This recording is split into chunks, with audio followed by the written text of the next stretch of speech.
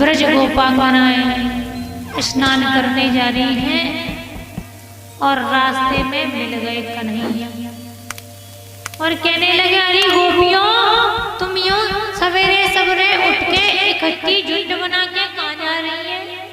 अरे लाला, तू सवेरे सवेरे कहाँ से आ गए छोरा? हम तो स्नान करने को जा रही है यमुना मैया में। गोपियों, स्नान करने को जा रही हो सवेरे सवेरे? और गोपियों ने क्या किया कि समस्त वस्त्र त्याग करके और यमुना मैया में प्रवेश कर गई। गोपियां बाहर आई निकल के। कन्हैया बोले, गोपियों, तुम स्नान करके इस प्रकार वस्त्र रख के और नग्न अवस्था में यमुना मैया में स्नान करती हो, यदि कोई आदमी आ गया और तुम्हारे वस्त्र उठा करके ले गया तो फिर अपने कपड़े तुम कैसे ले पाओगे? गोपियों ने बोली, लाला तू बाबरो है गयो है, सवेरे 4 बजे भला कौन पुरुष आवे? कन्हैया ने कही, इनकी समझ में वैसे नहीं आवेगो, इनको तो प्रैक्टिकल करके समझाना पड़ेगा। तो दूसरे दिन भी गोपियां इसी प्रकार यमुना मैया में स्नान करने को प्रवेश कर गई कि मेरे गोविंद, और एक एक करके सब गोपियन के वस्त्र उठाए के ले गए और लेके और कदम के वृक्ष पर बैठे। गोविंद बैठ गए, गोपियां नहाने में मस्त।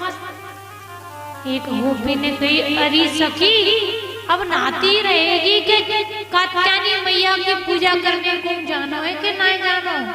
और जैसे कपट की ओर देखो तो हे भगवान, हमारे वस्त्र को कौन ले गए? इधर उधर देखो, कोई दिखाई ना दे। और मेरे गोविंद ने अपनी बंसी बजाई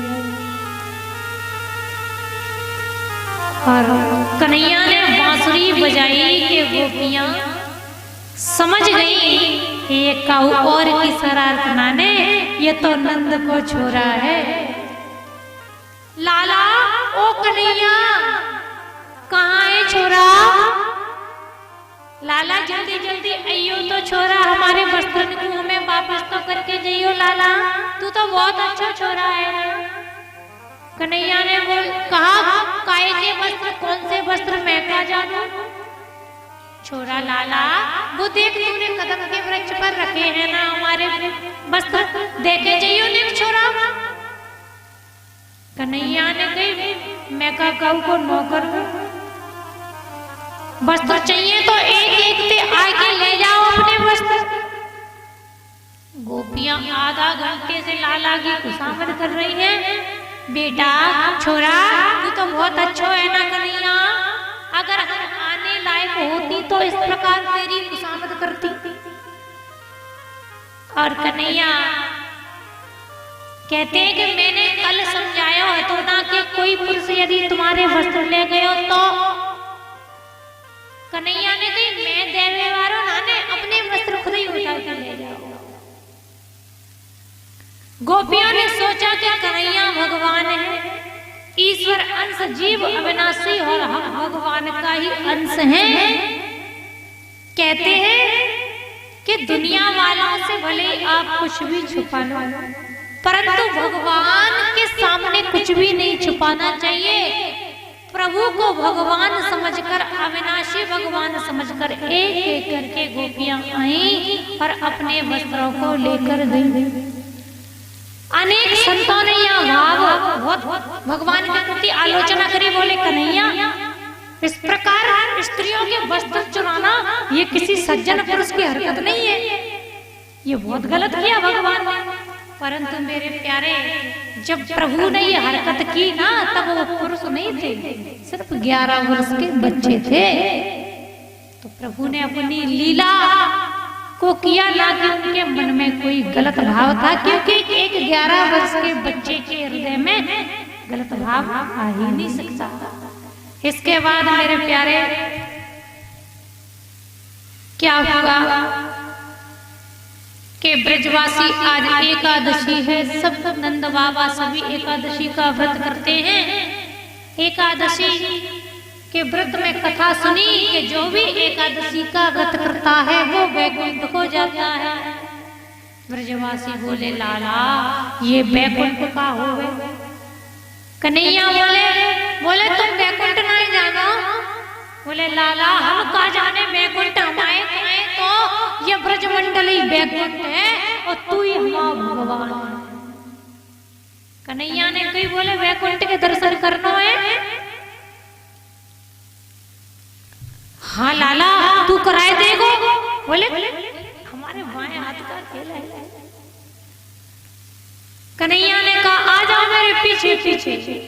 और वहां एक कुंड बना हुआ था। बोले कूद पड़ो या कुंड में। और सारे ब्रजवासी उस कुंड में कूद गए मेरे प्यारे।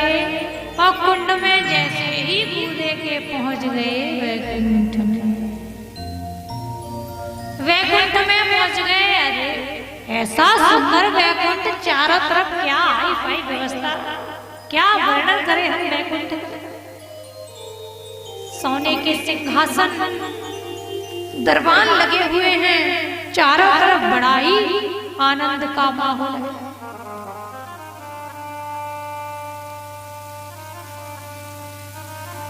मेरे प्यारे सभी ब्रजवासी देखते रह गए। लाला सही बात है, तेरो वैकुंठ तो बड़ा जबरदस्त है। अब सब कन्हैया को देखे। कन्हैया कहाँ गए? अरे हमारा कन्हैया खोएगो, कन्हैया पता नहीं कहाँ गया हो। कन्हैया को कैसे ढूंढे हम। एक द्वारपाल जो था भगवान का, उसके पास गए और कहा साहब राम राम। द्वारपाल ठीक है इतना कह दिया। ब्रजवासी बोले कहीं इनकी भाषा और हमारी भाषा में कोई अंतर होता है क्या।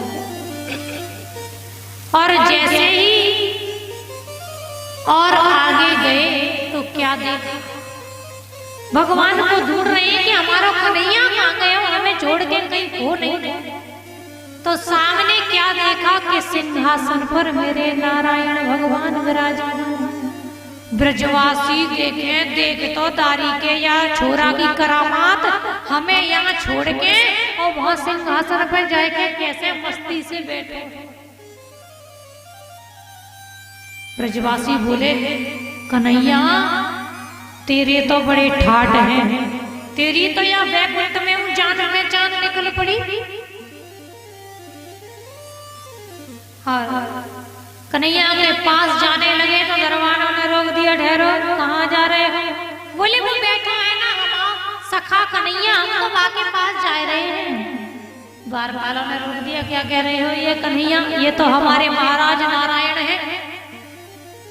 ब्रजवासियों को बहुत बुरा लगा, हमारा कन्हैया हमारा सखा और हमें ही नहीं मिलने दियो। दुखी हो गए। बोले ऐसे वैकुंठ से तो हमारा ब्रजमंडली बढ़िया है। खूब तो हम अपने कन्हैया के संग खेलें, खूब खाएं और कभी मौका पड़ जाए तो खूब लड़ें और फिर एक ही एक हो जाए। जब ऐसी कल्पना करी तो सारे ब्रजवासी 1 मिनट में सरोवर से कुंड से बाहर आए और ब्रजमंडल कन्हैया मिल गए। बोले देख लियो वैकुंठ। बोले लाला तेरा वैकुंठ वैसे तो बढ़िया है, पर तेरे वैकुंठ में हमने जब तूते मिलवेगी कही तो द्वारपालों ने हमें घुसने ना दियो। कहते ये तो हमारे महाराज नारायण है। लाला ऐसे वैकुंठ से तो हमारा ब्रजमंडल ही अच्छा। इस प्रकार भगवान ने ब्रजवासियों को वैकुंठ का दर्शन करवाया। और आज मेरे गोविंद 4:30 बजे के टाइम गाय चरा करके लौट रहे हैं। ब्रजवासी सभी आनंद मग्न मेरे प्रभु की लीलाओं का आनंद ले रहे हैं। नित्य इसी प्रकार मेरे गोविंद गाय चराने जाते हैं। एक दिन क्या हुआ कि गायों को चराते चराते मेरे भगवान मेरे कन्हैया ज्यादा दूर निकल गए। कन्हैया को लगवे लगी भूख, सखाओं से कहा अरे दारी क्यों, पेट में चूहे बिल्ली दौड़ रहे हैं, कछु खाए के ताए लेके आए हो के नाए। लाला आज तो कछु ना लाए पाए जल्दी जल्दी में। कन्हैया बोले हमें तो बहुत तेज भूख लग रही है। सामने देखा तो क्या हुआ कि कुछ पंडित मिलकर के यज्ञ और हवन कर रहे थे, उनके मंत्रों की आवाज आ रही थी मेरे गोविंद के कानों में।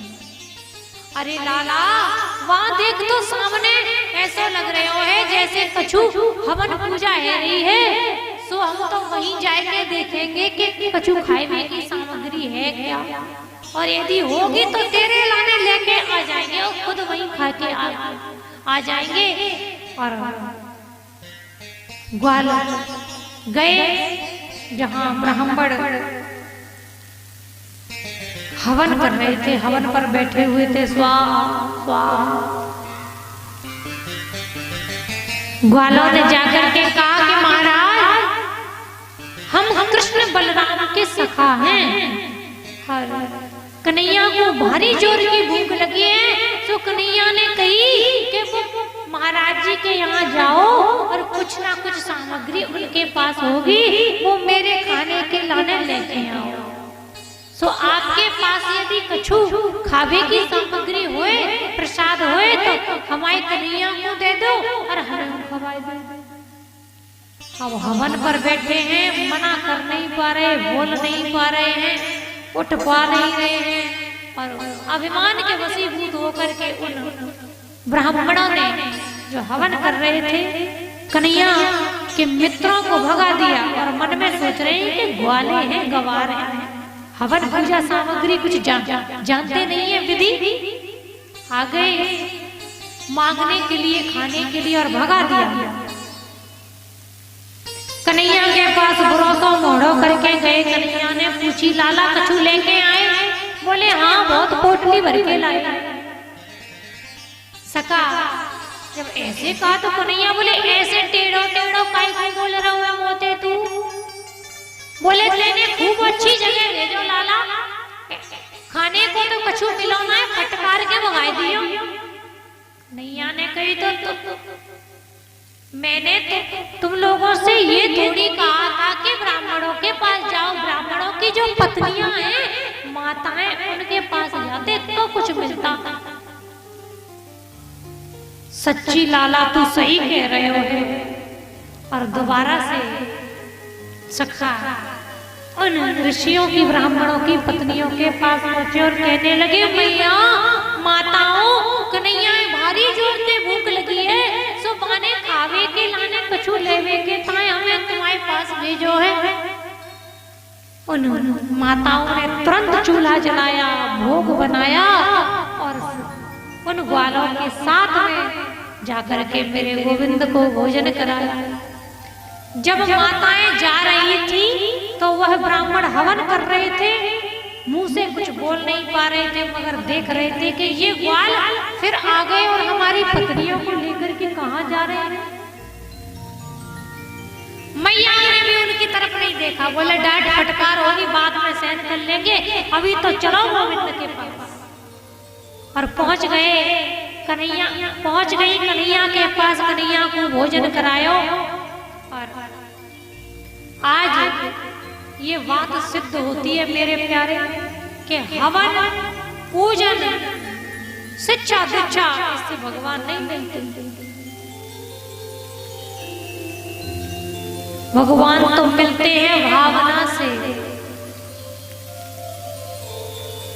एक बात याद आ गई कि इस दुनिया में भावना से भगवान मिलता है, पैसे से वैभव से नहीं मिलता, ज्ञान से भी भगवान को प्राप्त नहीं किया जा सकता। गोपी ग्वाल कोई विद्वान शास्त्री नहीं थे, फिर भी भगवान उनको मिले। और जो कोटि